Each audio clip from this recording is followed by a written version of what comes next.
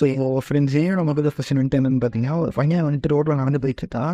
சடனாக வந்துட்டு ரோட்டில் இருக்கிற கடையில இருந்து பார்த்தீங்கன்னா, அவனுக்கு பிரியாணி ஸ்மெல் வந்துட்டு வருது. உடனே அந்த கடைக்கு போய் அவன் வந்துட்டு கேட்குறான், இந்த மாதிரி நான் பிரியாணி எனக்கானோ அப்படின்னு வந்துட்டு கேட்குறான். அந்த கடைக்காரங்க சொல்கிறாங்க, அதான் இருக்குது தம்பி அப்படின்னு சொல்கிறாங்க. ஆனால் ஒரு பிரியாணி பார்சல் கொடுங்கண்ணா அப்படின்னு சொன்னால், அந்த அண்ணா என்ன சொல்கிறாங்க, இல்லைப்பா தம்பி பிரியாணி பார்சல்லாம் தர முடியாது. சரி சாப்பிட்றதுக்காவது கொடுங்கண்ணா அப்படின்னு வந்துட்டு கேட்குறேன். இல்லைப்பா தம்பி உனக்கு கொடுக்க முடியாது அப்படின்னு சொல்கிறான். அந்த பையன்ட்டு கேட்குறேன், ஏன்மா கொடுக்க மாட்டீங்க அப்படின்னா, அதெல்லாம் இல்லைப்பா கொடுக்க முடியாது சொல்கிறேன். ஏன் அந்த அண்ணா வந்துட்டு அந்த பையனை பிரியாணி கொடுக்க முடியும்னே அப்படின்னு வந்துட்டு சொன்னாருன்னு தெரியல. ஸோ உங்களுக்கு ஒரு 3 செகண்ட்ஸ் டைம் தரேன். என்னன்னு வந்துட்டு ஆன்சர் கெஸ் பண்ண முடியுதுன்னு பாருங்க.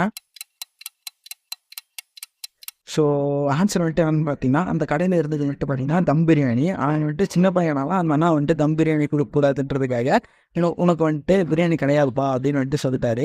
ஸோ இந்த ஆன்சர் முன்னாடியே நீங்கள் கெஸ் பண்ணி வச்சுருந்தீங்கன்னா கமெண்ட் வந்துட்டு பண்ணுங்க, நான் ஆல்ரெடி கெஸ் பண்ணியிருந்தேன் ப்ரோ அப்படின்னு. இந்த வீடியோ பிடிச்சிருந்துச்சுன்னா வந்துட்டு ஷேர் பண்ணுங்கள், லைக் பண்ணுங்கள் அண்ட் மஸ்ட் ஃபாலோ பண்ணுங்கள். இதே மாதிரி